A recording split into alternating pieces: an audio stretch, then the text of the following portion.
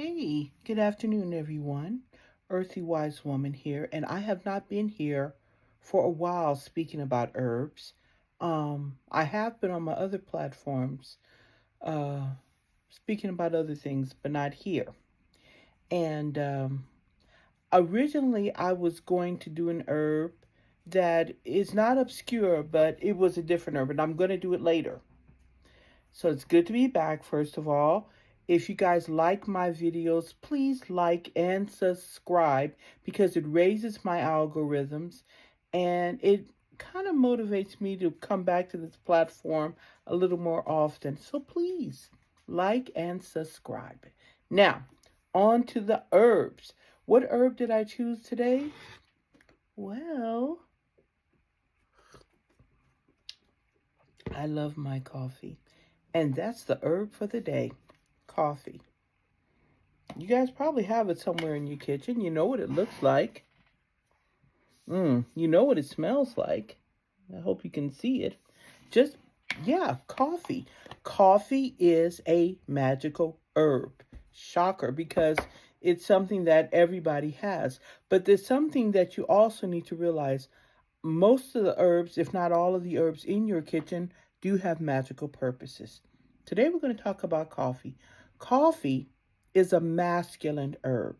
Now, unlike most of the herbs, when I talk about the planetary, I usually attribute it to just one element, like if it's fire or water or such. Coffee is the element of fire, it is the element of earth, and it is the element of air. All three.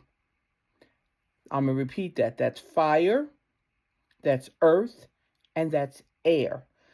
Coffee is all three. Planetary, it is, this is not even a surprise, Mars, okay? Because it is a masculine herb. Now, how would you use something like coffee masculinely? I mean, magically. Oh boy, I need to drink more coffee. Well, properties of coffee is usually a booster or a blocker. It blocks or removes, rather. It is a blockage remover. Now, that's not a surprise, but what you would do is you would use it in a bath. Now, I'm not suggesting you pour a cup of coffee in your bath. You would take a bean, the actual coffee bean, and for those who don't have a bean, that's okay. You can take some of the coffee grinds, okay, and you can just put it in a satchel, tie it up, and put it in your bath water and just run your bath. As always, don't use a lot, less than a teaspoon, please. And it is to remove blockage. Another thing it's good for, and this is how I personally use coffee in my magic, is to boost. It is to boost the spell, get it going better, get it going stronger. So think of it like octane in your car. It's the same with your spells. So let's say you are doing or crafting a money spell and you use, I don't know, let me just think of an herb for money spell. Bay leaves. Bay leaves is good for money. Um, and you want to boost that. You want to get it going like, hey, baby, I need my money. I need my money. You can add coffee grinds to that spell. Or you can add the powdered coffee grinds to your candle.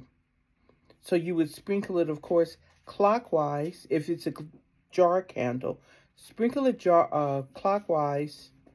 Am I doing this clock? I'm doing it counterclockwise. No, I'm doing it clockwise. Clockwise around the perimeter of the candle. And then go ahead and do your money spell. Okay. Now, if you do use it that way, my suggestion, this is not ingrained in stone. This is a suggestion. I would go and get a good ground coffee at your local grocery store. You know, a lot of these grocery stores do have coffee grinders. And if you are going to use it magically, make it easier on yourself. Do a Turkish grind, because Turkish is like fine powder. It is very, very fine powder. And it is easier to use the fine powder in spells because it is that texture, very powdery. Um, so it is good for boosting your magical spells. Now, you can also use it, and this is not something that I usually talk about, which is your chakras. You can use it in your chakras to boost your chakra, okay? It's an empowering thing. So when you do that, you will use that in a meditation. You can do that as a bean scrub on your body, but you can also use it as a in your aromatherapy. Believe it or not, the powdered coffee grinds added to your aromatherapy, if you are doing things like meditating with the aromatherapy, because it will boost your chakras, and that's a really good thing. Also, now, it is a curse remover. Okay, what you do is you will brew the coffee, and you're sipping your cup of coffee like most of us do, and you would add the grinds to that as a curse breaker. So some of you guys, you're like, oh, I feel like I'm being cursed. You can add the coffee grinds of your brewing coffee. So like, after you brew coffee, you always have the coffee grinds. Use it in your spells to break the curse. And yeah, I did that for effect. And you can also use the coffee grinds to add to a satchel bag to break curses or block them from being placed upon you. So, a curse blocker. Now, I never say this in a lot of them, but like I said, as I have my commentary, I add my commentary if I use it a certain way. It is also a very good thing, believe it or not. There's so many things I can just tell you to do. It's also good for grounding. So, and it's funny because we do this naturally. Because why? It helps you focus. Okay, drink a small amount of coffee because it will ground and center you. It can help center and ground you, drinking coffee, which is one of the reasons why I drink it. Of course, as you all know, magically is considered this too, as well as mundanely. It's an energy booster. Wow, what a shocker. Hex remover as well. So this is how I would do this. This is how my grandma did it. And this is how I would suggest you do it.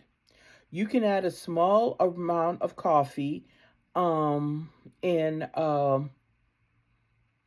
let me see how I say that. Okay, I can do this right. You can add a small amount. I don't do it with the coffee. I do it with the grinds. You can sprinkle it around the doorpost in order to block any curses from coming into your home. Or you can use it to remove a hex. Like if it's in your home, I would strongly suggest you do this before you move into your home, I should say. You can put a smaller amount of coffee grinds in the corners of the house, and then magically do an incantation or a spell. All the negative energy in this house be gone, and this is my will, and it shall be. And what you want to do is sweep the grinds out of the corners and sweep it out of the house. So not only you cleaning the house space in a mundane way, you're cleansing the house space in a magical way with the coffee grinds. You can also use it as luck. Okay. So what you would do is you can how do I say this? What you do for luck is you pour the coffee in the cup.